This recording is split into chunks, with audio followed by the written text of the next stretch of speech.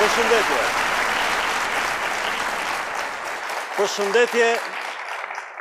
të gjithëve. Nektar do t'i kushtohet sot moshës më të bukur. Cila është ajo? Pse dhe si duhet jetë për qenë vërtet e bukur?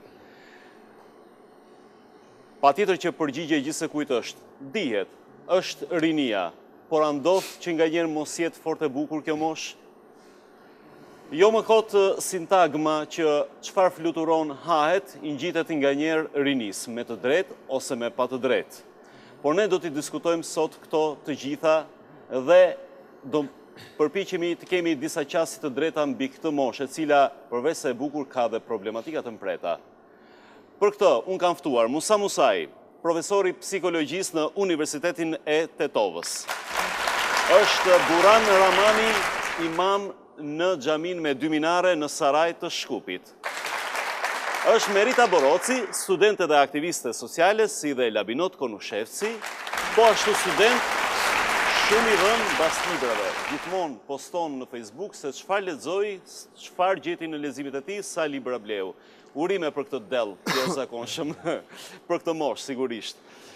Vjojmë me ty, profesor, fillimisht. Ju jeni profesori psikologjisë dhe ky profesion ju ka bërë që ky status t'jeni gjithmonë mes rinisë studentore, jeni edhe një jetë midis rinisë, prandaj u kam vendosur këtu bashkë me rinin dhe besoj që më shumë se ju nuk e njeh kush këtë moshë në kuptimin jo në rafshin global, po për aq sa jemi në këtë ambient social, duke qenë edhe adapti kësaj pune. Për kufizimet e rinisë dihen pra që është mosha më e bukur, por le të qëndrojmë në aktualitetin tonë. Si janë tendencat e rinisë sotme? Pikës parë ju falenderoj për ftesën dhe për emisionin ju përgëzoj. Keni parasysh çështja e definimit të një stadi ose një periudhe zhvillimore të njeriut që kuptohet edhe për atë arsye llogaritet si stad zhvillimor, sepse nuk ka përfunduar si proces qoftë në këndvështrimin psikik ose në këndvështrimin e fizikusit dhe pamjes së tij. Dhe për atë arsye ndonjëherë ne në psikologji preferojnë që për të rijun të ja ndjajmë një pikture të cilën personi që e viziton tenton ta sheh në errësirë atë dhe në duart të tij ka një fanar, por fanari nuk mjafton dhe nuk jep dritë të bollshme për ta parë tërësinë e pikturës, por është i detyruar pjesë. Dhe për atë arsye mendoj që rinia është njëra prej shtresave shoqërore më të stereotipizuara në këndvështrimin negativ, vetëm për faktin e mosnjohjes, vetëm për faktin e her pas her disa karakteristikave tek të cilat njerëzit përshpejtojnë për ta definuar se kinse e njohin, pa mos parë brendin, pa mos parë, zhvillimin e personalitetit të tij, konstruktin e imazhit të tij, apo përfitimin e një identiteti të ri dhe llogaritjen e tij si një person serioz në shoqëri dhe në gjitha segmentet e jetës, veç mos kur është në pyetje studenti i cili duhet të ketë vizionin, duhet të ketë idenë, duhet të ketë seriozitetin. Po se këtu riskon. Pra, e pranojmë që është e bukur për disa arsye shumë të kuptueshme, për shkak të vitalitetit, të moshës, të freskisë, të ëndrave, të fluturimeve, të vizioneve, të sa elementeve të cilat e bëjnë të gjallë këtë moshë, edhe të pamjes, patjetër. Por riskon në atë që gabimet më të mëdha, rëshqitjet më të mëdha bëhen pikërisht në këtë moshë. Për shembull, raporti me kohën, se si e shfrytëzon një i ri kohën për të investuar mbi personalitetin e tij.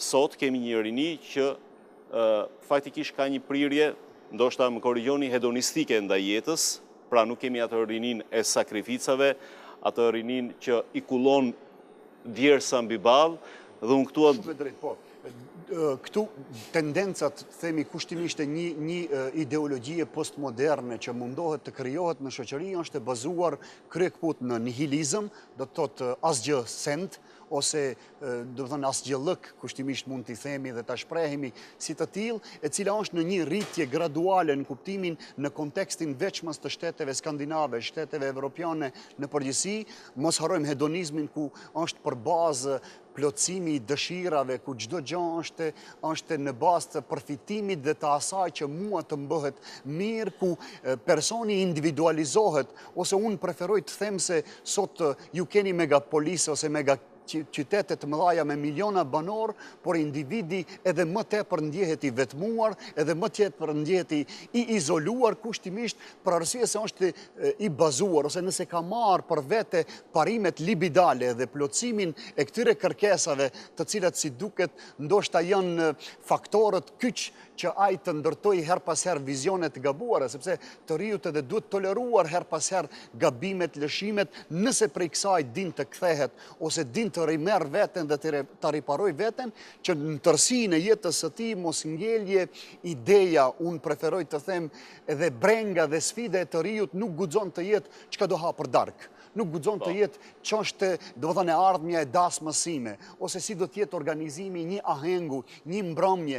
Ky nuk do të jetë preokupimi kyç edhe bazë dhe i tërësishëm i një të riu, sepse unë mendoj aty ka vlera, aty ka potencial të theksuar dhe të jashtëzakonshëm intelektual, aty kemi prirje pozitive të cilat vërtet edhe një kreativitet të hatashëm në kuadër të këtyre performancave ose mundësive që sipas meje duhet shfrytzuar.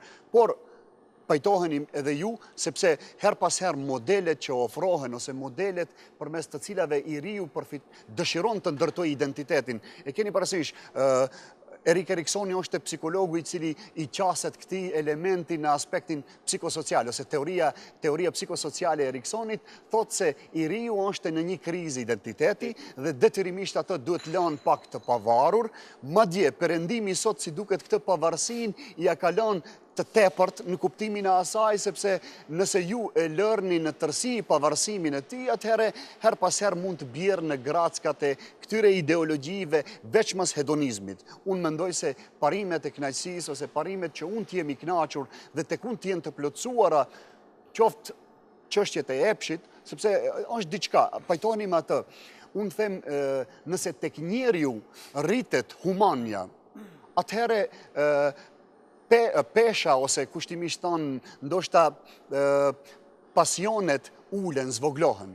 Mirë po, rreziku është nëse tek njeriu epshi është parsor dhe është elementi kyç, atëherë zvoglohet njerëzia, ose zvoglohet humanumi tek ai kushtimisht tonë. Ekuilibra do të tenton të vendosë edhe besimi, apo jo, Buran? Ju jeni një imam, në moshën tuaj është shumë e vështirë të konceptohet kjo, sepse figura e imamit është një figurë e stereotipizuar, e një moshë të thyer, e një buri në mos plak, por në moshë që shkon atje, bën ato, merr atë rrogën atje, shkon, ju e shikoni. Pra, e keni me pasion, e keni me dëshirë këtë që ju jeni imami një xhamie në këtë moshë 24 vjeç, në luljen e moshës, e keni me dëshirë? Pra nuk është për ju thjesht një profesion i caktuar, Jo. Me fjalë nuk e bërë llogarisë, me thënë, duke u bërë imam, unë do marr kaq, pastaj me kaq unë do bëj kaq, thotë ata më del shumatorja kaq ose ndërsa me këtë tjetër. Nuk keni bërë këtu llogari. E kemi dëshirë atë. Bismillahirrahmanirrahim. Pikë pari, falenderoj Allahun xhelle xhelalu xhelle shanuhu. Salavat dhe selam qofshin mbi njeriu me mendikim në rrugën të kësuar Muhammed Mustafa sallallahu alaihi wasallam. Më lejoni që t'ju përshëndes me përshëndetjen e ngrohtë islame. Selamu alaikum rahmetullahi wa barakatuh. Paqja, mëshira dhe begatia Allahut qoftë mbi ju dhe ju falenderoj për ftesën që më bët. Rinia si bazë e çdo shoqërie është bartës e stashmes dhe bartës e së ardhmes. Mirëpo mua më brengos fakti se si shoku im apo shoqja ime apo une në fakt të marr vetveten humbim kohën kot, por nuk e shfrytëzojmë si duhet për akumulimin e diturisë. Nëse marrim shembull për historisë islame, kemi shembuj të hatashme, si duhet që çdo i ri të merr ato shembuj dhe të ecë sipas shembujt të atyre. Kemi shembullin e Ibrahimit alayhi salatu vesselam, i cili ishte në moshën e re, në moshë aq të re ishte, mirë po ju kundërvi Paris se ati popullit ku jetonte, babait, së pari babait të tij dhe Paris, ku ju tha se pse i adhuroni ato idhuj. Ata thanë se ne adhurojmë këto idhuj sepse të parët tonë i adhuronin këta idhuj. Ibrahimi alayhi salatu vesselam, edhe pse ishte i ri, mirë po vizionar, tha këto nuk ju sjellin asnjë dobi juve idhujt. Dhe paria shkoi, Ibrahimi alayhi salatu vesselam mori dhe i theu të gjithë idhujt, mirë po idhujt matë ja la së patën në qafë, dhe kur erdhën e panë se ç'bëri Ibrahim Elzam, e ndeshkuan, mirë po Allah Xheleshanu deshti që edhe pse i ri, mirë po vizionar, kishte dëshirë që kohën e tij që mos ta humbte ta shfrytëzojë në të mirë, dhe Allah Xheleshanu deshti që mos ta ndeshkojë. Pra, ju e njësoni bukurinë e një moshe, ose më saktë bukurinë e moshës së rinisë, e njësoni me diturinë, me mençurinë, sesa me një jetë të shpenguara, ose jetë, po themi, hedonistike, siç e cituam pas. Pra, këtu e bazoni, e bukura shkon me mençurinë, e bukura shkon me dijen. Dhe nëse kjo dije ekziston pavarësisht moshës, kjo është mosha më e bukur. Nuk e di Edhe unë pajtohem më atë sepse duhet krijuar modelin e përshtatshëm tek i cili çdo kush do të gjejë rrugët e identifikimit edhe të tij ose pjesë të tij të i bëjë edhe këto komponente. Ja të kalojmë mbas një hapësire publicitare. Po, dhe kalojmë tek studentët. Merita, fillimisht me ju. Si e keni skicuar këtë moshë? Pra, si keni vendosur ta jetoni këtë moshë? Kur jeni vetëdijsuar që kjo është një moshë që ka këto karakteristika dhe unë po vendos pra që ta jetoj në këtë formë bazuar në këto referenca, në këtë logjik gjërash. Sigurisht duke pasur edhe frymëzimin, po themi, nga besimi, atë referencën bazë. Fillimisht mirë përshëndetje për ju dhe për gjithë shikuesit. Është nderë të jem pjesë e këtij emisioni vetëm i cili përcjell një mesazh edukativ, e që është një emision që është tepër i nevojshëm për shoqërinë tonë, sidomos shoqërinë kosovare, në veçanti për rinin kosovare. Unë si merit falenderoj së pari Allahun që në këtë moshë na ka mundësuar me qenë aktiv edhe me qenë pjesë e një institucioni nga i cili unë kam mësu dhe kam fillu me ndërtu personalitetin tim. Fillimisht ka qenë familja ajo që na ka shty, edukata prindërore, sugjerimet e tyre, dëshira e tyre për të arritur në aspektin intelektual, shkollimin ton, angazhimin ton, po ajo që ka bërë veçantë orientimin tim ka qenë fakti që kam qenë pjesë e medresesë mesme Alaudin Prishtinë. Aty kam marrë bazat e para, kam mësu fenë më gjërësisht edhe kam kuptu që ne jemi të ngarkuar me një mision. Mision këtë që është domosdoshmërisht i aplikueshëm sidomos në vendin tonë.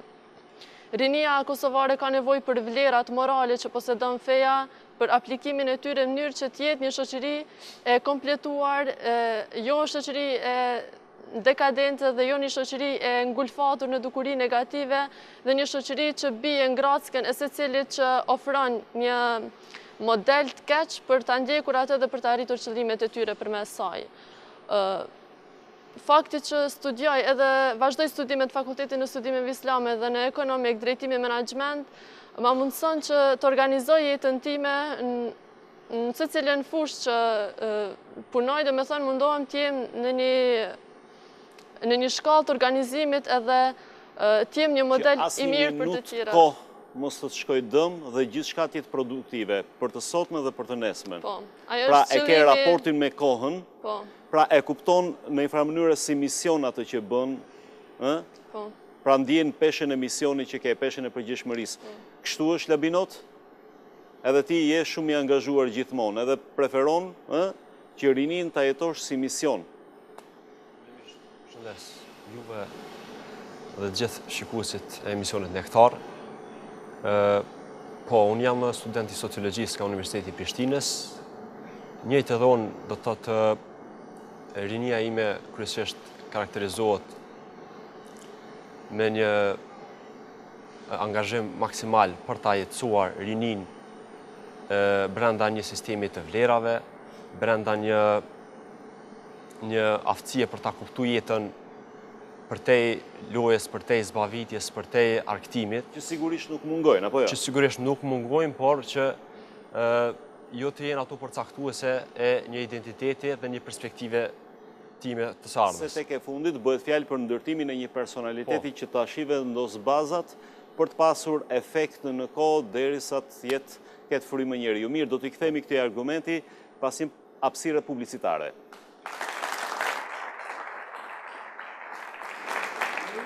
Po. Rikthehemi sërish për të biseduar me rinin, edhe me rinin. parapaqeni të quajmë edhe ju pjesë të rinisë, me që jeni angazhuar pavarësisht moshës. Se kjo është e bukura që, siç thuhet, pavarësisht moshës, është ajo që ndjen njeriu, edhe ai që vendos të jetojë me rinin e jeton këtë pavarësisht viteve. Ka qenë një postulat, si është rinia sot, do jetë adheu nesër, dhe po ta mendosh kështu, kjo të fut të dridhurat. Unë prandaj e kam organizuar këtë për të parë se si është për rinia sot. Dhe kemi një kalamendje midis misionit, siç e thanë të rinë, pra ta ndihesh si mision rinin, dhe aventurës. Ke fjalë aventurë ka një vokacion shumë të gjerë, nga aventura të rëndomta, por nga dhe aventura nëpërmjet së cilave ti mëson ti edukohesh fizikisht dhe shpirtërisht, sepse për shembull të endesh në për male, në për fusha, të prekish natyrën është një aventurë mjaft edukuese, apo jo? Po, shumë drejt. Unë desha, domethënë, të ndërlidhem me atë edhe që përmenden studentët, mysafirët në emision, domethënë, secili në vetvete theksuan çështje dhe elemente të rëndësishme. Këtu është ajo problematika e këtyre qasjeve ose çështjeve ideologjike, edhe në këndvështrimin e psikologjisë, për shembull, ju keni një Jean-Paul Sartre ose keni vijën e ekzistencializmit, e cila thotë se njeriu sot është i paaft për ta bërë jetën me kuptim, dhe keni pikpamjen e logoterapisë Viktor Franklit, domethënë fati psikologut të shquar ose psikoterapistit të shquar austriak, i cili thotë se njeriu nuk duhet fajsu, domethënë njeriu fajsimin duhet të gjejë tek vetja pse nuk arrin do të ta bëjë jetën me kuptim. Dhe jo rastësisht në disa hulumtime që janë realizuar, flas empirike, në fushën empirike ose pyetësore, anketa, teste, është vërejtur që tek studentët francezë, mendohet që Franca ka një standard kështu të mirëqenjes më të rregulluar se sa këndej nga shtetet ballkanike. Megjithatë, atje është vërejtë që diku mbi 68% e studentëve janë në kërkim që ta bëjnë jetën me kuptim.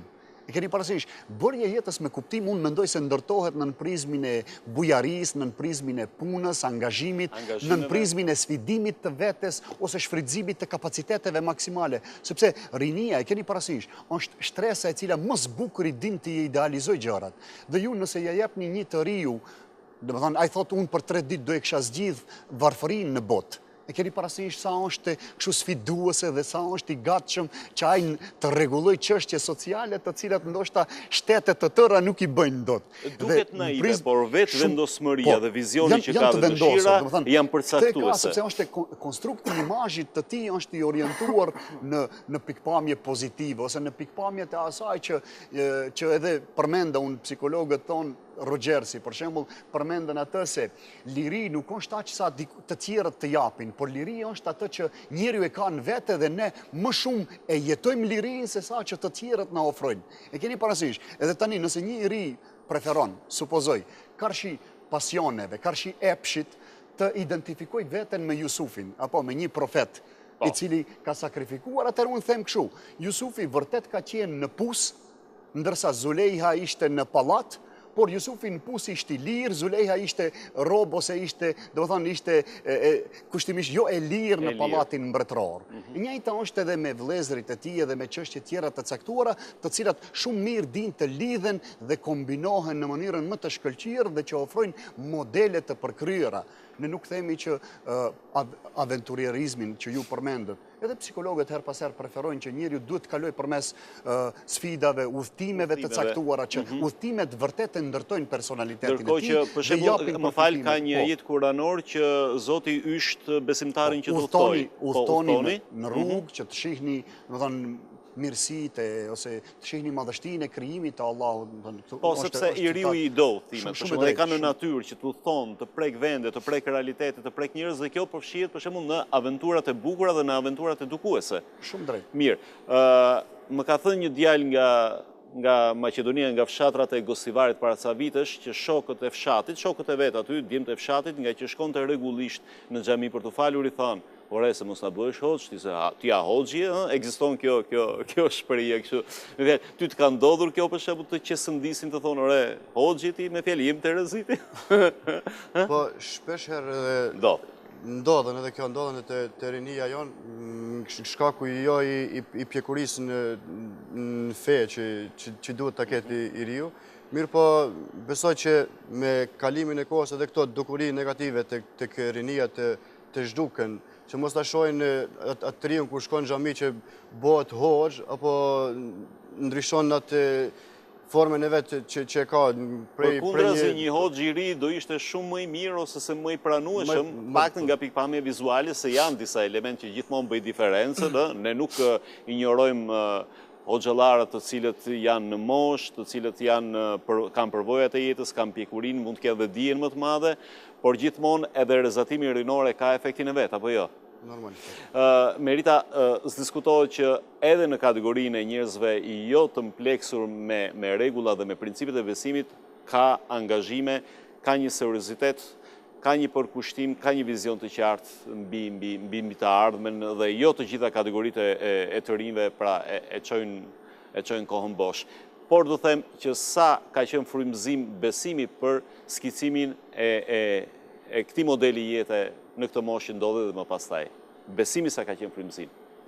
Ka qenë frymëzimi këç, sa më përket me edhe shumicës shoqërisë time, gjatë diskutimeve që i bëjmë me shumë se ka qenë prej frymëzimeve kyçe, sepse vetëm besimi është ajo që mund ta rregullojë edhe anën e brendshme edhe të reflekton jashtë. Domethënë me krejt sjelljet tona ne mund të reflektojmë që sigurisht ne kemi dikë tjetër që i frikëgohemi dhe kujdesemi që sjelljet tona të jenë për pikmëri me rregulla që ai i ka caktuar. Dhe sigurisht se ato rregulla që Allah i ka caktuar për neve janë më të dobishme dhe më të mira për neve se sa qefet ose dëshirat tona që kemi për një kohë dhe që më pas kthehemi dhe pendohemi për ato vepra që kemi bërë.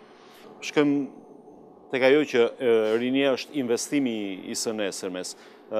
Mua më ka bërë përshtypje fakti që Kosova për shembull ka kaluar një periudhë lufte, që nganjëherë çështja e perceptimit duket larg ose afër, mirë po në mënyrë inercike nuk e ka përcjell pak më vonë atë pjesën heroike, jo në luftë, por në shoqëri.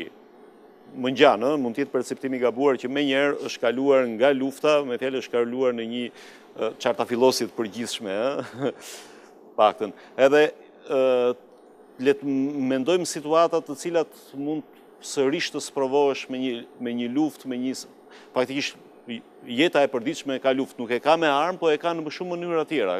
Du të ndërtuar shoqëria, du të ndërtuar institucionet, gjithçka tjetër, pra ka akoma nevojë për heroizma.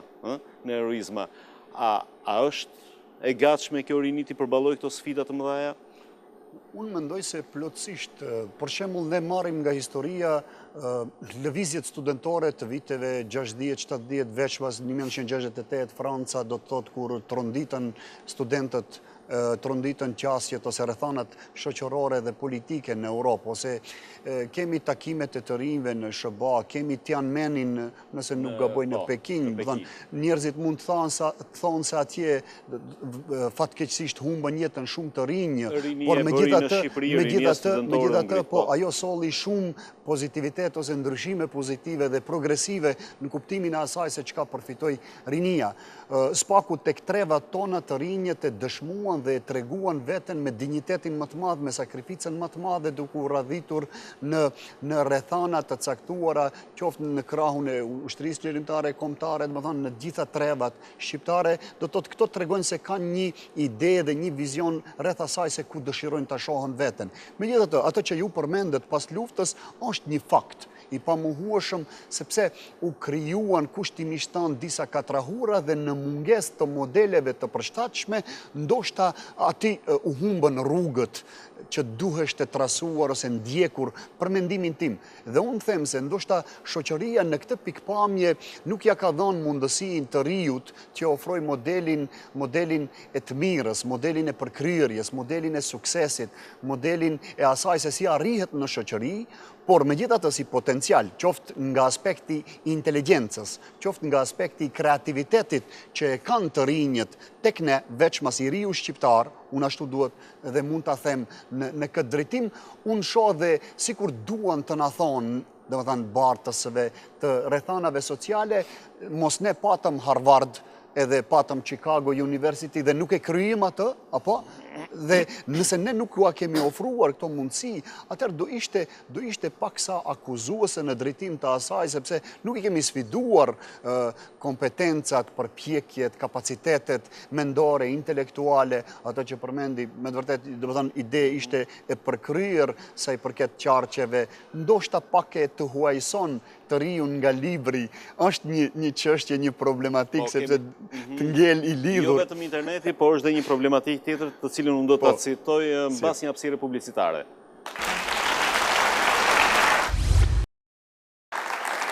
I rikthemi bisedës. Ajo që desha të citoj më përpara është rubrika Showbiz. Ju e ndiqni?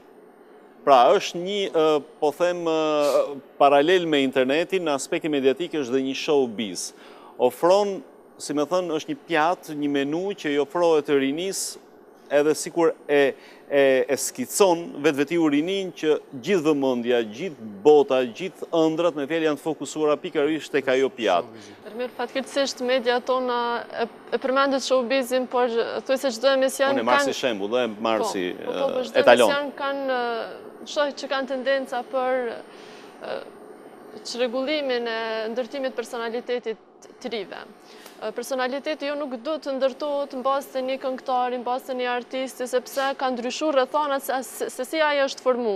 Jo, du ndërtuar nëse nga një produkt artistik vërtet ke çmarrësh. Për shembull, po themi që hitet e dikushme muzikore, po të shikosh tekstet e tyre, vetëm nga tekstet po të gjikosh, po them tekstet e Celentanos po t'i marrish të asaj kohe, janë të gjithë mesazhe që nga njerë me fjalë jo nga njerë, po mësë shumë ti përkojnë me mesazhet në thelb fetarët, me mesazhet e idealizmit të një shoqërie të drejtë, me mesazhe sociale shumë të prekshme, problematika të prekshme sociale, dhe ka qenë këngët e tij ishin një revolucion për kohën, një revolucion në mendësi, kështu që një produkt i mirë artistik jo gjithmonë duhet injoruar. Përkundrazi mund të marrësh nga një dramë, nga një film, nga një poezi. Që transmetohen edhe na servohen neve. Media tona sot nuk transmetojnë diçka. Pra nuk e servojnë për shembull frazën e një filan teksti, mesazhin e një filan kënge. Mendoj që është shumë shqetësues edhe që nuk po luftohet në anën pozitive, të largohet dhe të servohet diçka më e mirë, diçka që është në favor të rinisë, diçka që do të shpi rinin të ndërtoj personalitet më të qëndrueshëm edhe produktiv. Të jemi produktiv me atë që mund të shërbejmë rinisë tonë, sepse jemi në atë fazën e mes dy fazave të dobtësisë. Kemi qenë fëmijë, kemi qenë dobt, jemi të ri, por do të kthehemi prapë në pleqëri dhe nuk do të kemi mundësi që të kontribuojmë. Jemi në atë fazën kur ne duhet të kontribuojmë dhe duhet t'japim gjithçka nga vetja që ta servojmë dhe ta kemi një rini që ndosh. Po. Edhe unë pajtua me paraforcit si shtatë, edhe unë personalisht e kam ndjekur showbizin, mirë po shumë shpejt jam irrituar për faktin se mungon dhe tëtë ai servimi i produkteve cilësore, si që thatë, artistike, edhe këtu kisha me ndërlidh dhe për shembull këtë vit e patëm panajirin e librit, dhe çuditërisht, madje një ditë prej ditëve bisedoja me disa shokë, si ka mundësi erdhi panajiri, shkoj edhe organet përkatëse nuk u angazhuan që ta thrasin të paktën bile një autor të huaj, mënyrë që t'u ofrojnë të rinjve, njohjen për sa afërm edhe me autorin, po edhe me librat e tij, ndoshta të cilët shiten në panajër. Ndërsa të kundërtën, në kuadër të showbizit, ata thrasin dhe sponsorojnë këngëtar të ndryshëm, artistë të ndryshëm, të cilët ndoshta edhe i gjejnë tharët e vet, ndoshta kanë edhe cilësi, mirë po pse të mos u mundsohet edhe kjo ana tjetër, intelektuale, shkencore, pak më racionale, do të ofrohet njohja e autorëve të huaj, pse mos ti financoj dhe sponsoroj për shembull Ministria e Kulturës ose ndonjë organ tjetër dhe ti thrasin këto mënyrë që ti njohin të rinjt edhe ata.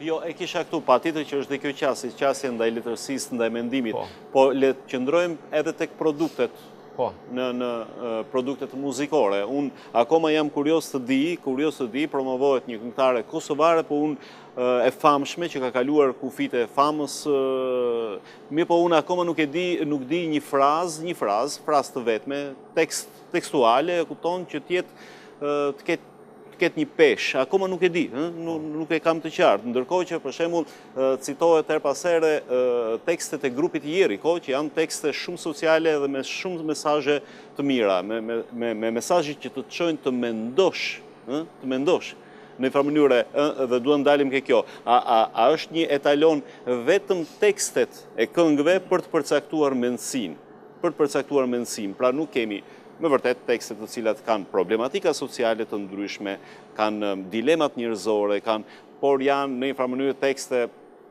nuk është nevoja të i komentoj, të gjithi din, po, një thellësi. Urti të barti një mesazh tek i cili ndoshta i riu do kish dash të identifikohet dhe të jetë pjesë e një karakteristike ose një tipologjie të personalitetit të cilin ai e bartën me vete, sepse mos harrojmë, domethënë në këtë periudhë kohore, unë mendoj se më tepër kanë nevojë njerëzit ose të rinjët, themi kushtimisht, kanë nevojë që të jenë të sfiduar nga personalitete ose figura me profesione të ndryshme. Her pas herë në këndvështrimin e kësaj, tek ne keni parë bëhen ca gabime ndoshta pa dashje, kushtimisht tanë, sepse tani në trend janë futbolistët, apo është Messi, Ronaldo, dhe çdo kush dëshiron që fëmia i tij të jetë një futbollist i mirë. Në rregull, unë e bëj paralelën tjetër. Domethënë, ata në bazë të një liste që është bërë për 20 klubet më të shtrenjta botërore, arrinin dikundi shifrën 40-20 miliard dollar, vlera e përgjithshme e tyre, ndërsa në anën tjetër e shoh vetëm Bill Gatesin, i cili ju mjafton t'i blej, 10 herë t'i blej të njëjtët, dhe përsëri tjetë personi më keq. Që kjo tregon, spaku, unë e lexoj dhe diskutoj me studentët e mi, ose bashkarisht me ata i diskutojmë këto problematika edhe them se kemi 1 milion arsye për t'i thonë që ngjaj Bill Gatesit, ose ngjaj dikuj që është reformues shkencor, ose teknologjisë, ose gjërave të caktuara, se sa të kesh 20 ekipe të fuqishme ose të shquara futbolli. Pavarësisht sepse edhe ai element i kulturës ose i edukimit fizik është i rëndësishëm, nuk duhet ta nashkaluar, por them se ndoshta në hap gabohet për ta marrë modelin e përshtatshëm për fëmijën. E keni parasysh, në hap më tepër shihet pamja e jashtme, shihet, domethënë, se çfarë paketimi i bëhet produktit, se sa që të shihet brendia ose karakteristika, kualiteti, cilësia. Dhe në shumë të rasteve keni parë, domethënë, është ai krahasimi, mund të keni 20 persona po cilësor, trimat, guximshëm të vendosur, të cilët ndoshta mundin 200.000 edhe kështu me radhë në kuptimin e kontributit që japin për shoqërinë ose në elementet caktuara kulturore, apo arti, kultura janë të rëndësishëm. Dhe unë mendoj se veçmas studenti i riu nuk duhet t'ju shmanget, por duhet të jetë prezent, duhet ta sheh, duhet të lexoj, nuk e di, domethënë duke filluar prej te këta që marrin çmimet letrare Nobel ose deri tek autor të ndryshëm të librave filozofike ose cila do qoftë, për shembull një Paulo Coelho, pse të mos lexohet, ose një Orhan Pamuk, ose disa emra dhe figura të caktuara, apo shumë bukur. Sytë e buavitur të një të ri ose të reje nga të qëndruarit gjithë natën në lokal, dhe sytë e buavitur të një të ri ose një të reje nga leximi natën, nga pagjumësia deri diku. Si e shikoni, po ju a marë si rast, Tjetën të kjo pjesa e 20%-shit, mendoj se kjo është një shtytje për neve se si edhe qysh me shfrytzu na e rinin ton, e të kjo pjesa e syve, mendoj që kjo ka me reflektu tani jo në një të ardhme të largët. Shumë shpejt, ne jemi dëshmitarë të shumë rasteve që kanë përfundu, ata që kanë qenë atë pjesën e parë që përmendet pyetjes, kanë përfundu keqe më keq, ndërsa shohim rezultatet edhe arritjet edhe produktivitetin e këtyre që kanë lexuar dhe kanë arrit suksese.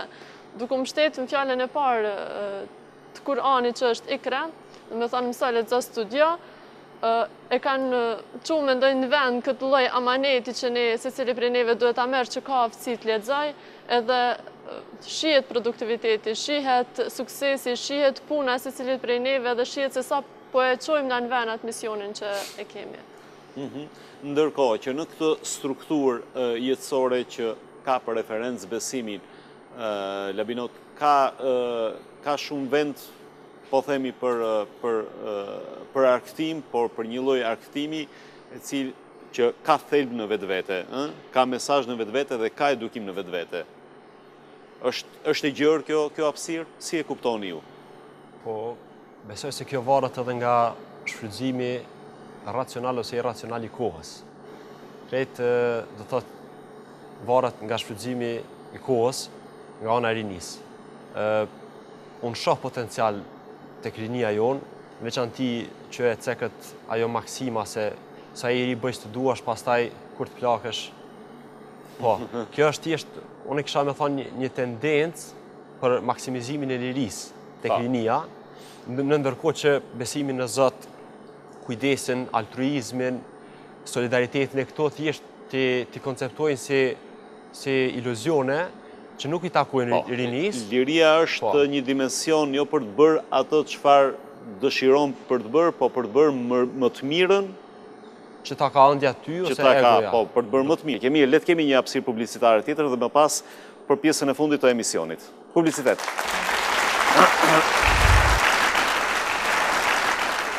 Profesor, le qëndrojmë ju që jeni vëzhguesin pret i gjithë problematikave sociale. Vërtet, frymëzimi dhe motivi fetar i jep mundësi njeriu të strukturon drejt të riut dhe njeriut më pas jetën e vetë, moshën ku ndodhet, energjitë e veta t'i qonë në kaje pozitive?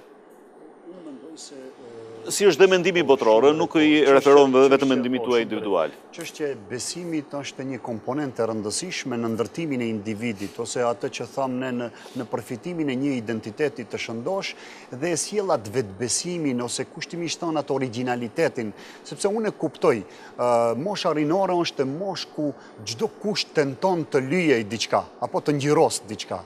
Dhe në njërën anë dëshiron e ama të ngjyros fëmijën ajo siç don, edhe ka ato parametrat ose kriteret, në tjetrën anë babai mund tjetë, në anën tjetër është shkolla ajo që dëshiron të i përfitoj dhe të i ndërtoj një profil ose një imazh të caktuar të rijut, mediat mos harrojmë, apo do të thonë është rrethi, ambientet në të cilat jetojmë, por ne këtë e shohëm në këndvështrimin e besimit, aty thotë se ngjyrosja më e mirë është ngjyrosja që i bën Zoti njeriut dhe që e ka krijuar në natyrshmërinë e tij ose në atë originalitetin e tij dhe përmes vetbesimit ose përmes besimit të shëndosh dhe të natyrshëm dhe që është hyjnor dhe që është i drejtë dhe që ka baza të fuqishme, unë mendoj se i riu nuk do jetë i konformuar, apo ne kemi problematikën e konformizmit, ne kemi turmën, do të në njërën anë ku çdo kush dëshiron të jetë si tjetri dhe kjo është ideja ose problematika e rifromit që ai e diskuton dhe e kundërshton sepse thotë i konformuar të jesh do të thotë të jetosh si një kukull ose si një robot me të cilin dirigjon dikush tjetër nga larg. E keni parasysh, atëherë ju nuk jeni vetvetja. E këtu mendoj se avantazhet, përparësitë e padiskutueshme, edhe në këndvështrimin e Jungut, nëse e lexoni psikologjinë dhe religionin e Jungut, ati do të vëreni se ai thot, ai që e ka përvojën fetare, i ka thesaret e jetës të pafundme në kuadër të së cilave vërtet din të pasuroj këtë çështje ose këtë segment.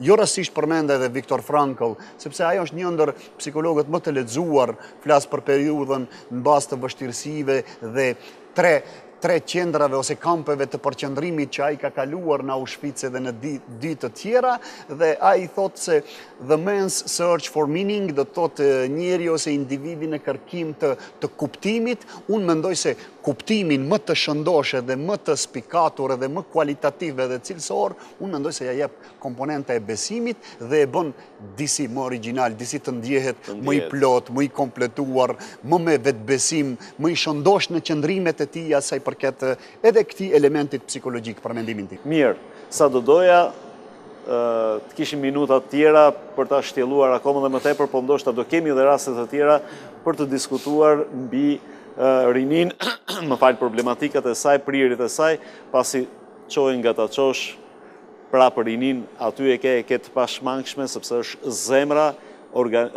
e këtij organizmi shoqëror që ne kemi dhe pa zemër nuk bëhet, aty fillon çdo gjë, fillon baza e organizmit. Ju falenderoj për fjalët e tuaja, për shpjegimet, profesor, veçanërisht për ju që u thuat edhe erdhët këtu na jepni kontributin me idetë, edhe ju të rinj. Faleminderit që u pata studio, diskutuam mbi moshën e bukur. Rinin, si është ajo dhe si duhet jetë. Ju faleminderit që na ndoqët bashkë, miru takofshim në nektar të tjerë.